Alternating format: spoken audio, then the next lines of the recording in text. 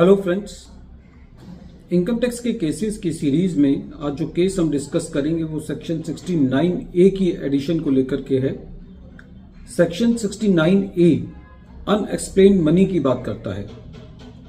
Present case में Nagpur ITAT के सामने एक इशू था कि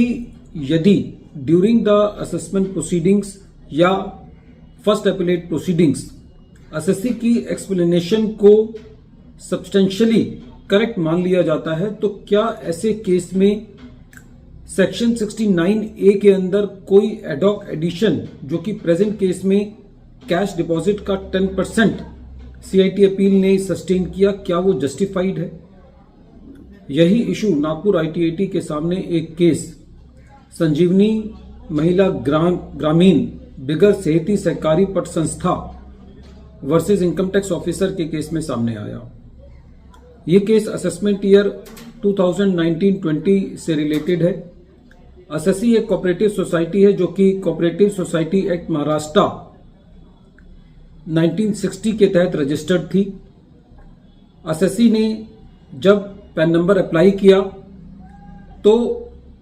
एक पैन नंबर एसएससी के पास एक फर्म के नाम का था जिसको एसएससी ने 26 जून 2019 को सरेंडर कर दिया, लेकिन इनकम टैक्स डिपार्टमेंट ने इस पैन नंबर को अपने रिकॉर्ड्स में सरेंडर नहीं किया और उसके बाद एसएससी ने सही करेक्ट पैन नंबर सोसाइटी के नाम में लिया।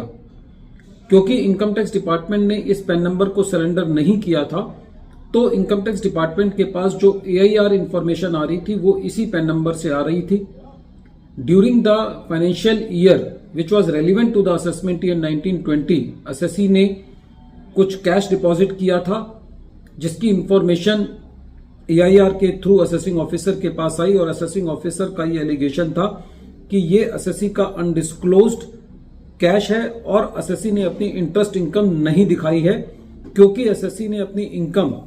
जो है सोसाइटी के पैन नंबर में दिखाई हुई थी, लेकिन जो पैन नंबर पे ये इंफॉर्मेशन थी उस पैन नंबर पर एसएससी ने कोई रिटर्न फाइल नहीं की थी, इसलिए ये एक इंफॉर्मेशन मिसमैच था। During the assessment proceeding SSC ने यह बताया कि जो एसएससी को ये कैश रिसीव हुआ है ये एसएससी को उसकी एक्टिविटीज के द्वारा रिसीव हुआ है और ये मियरली एक पास थ्रू एंटिटी की वजह से है, क्योंकि पहले पैन नंबर जो है वो फर्म के नाम में था और अब उसको सोसाइटी के नाम में ठीक कर लिया गया है।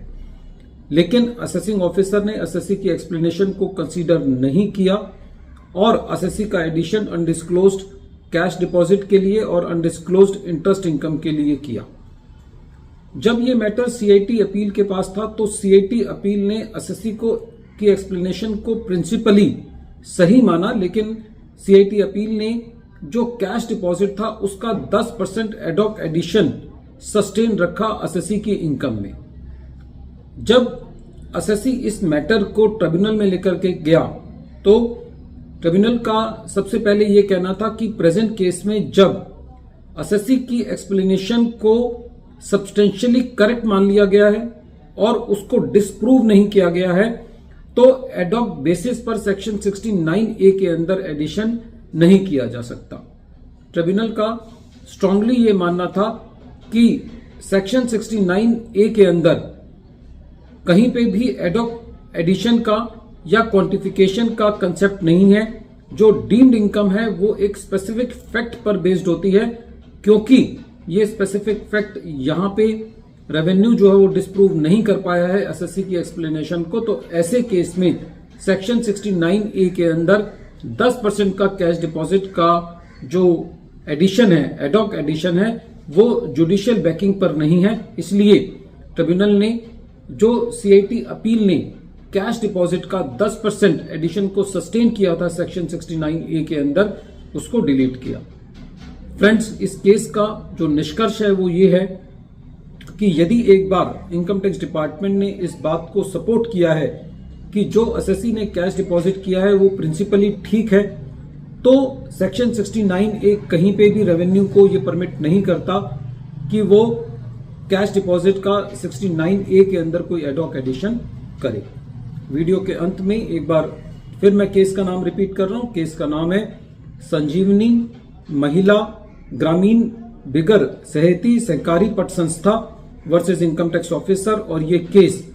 126 ITR ट्रिब्यूनल पेज नंबर 713 पर रिपोर्ट हुआ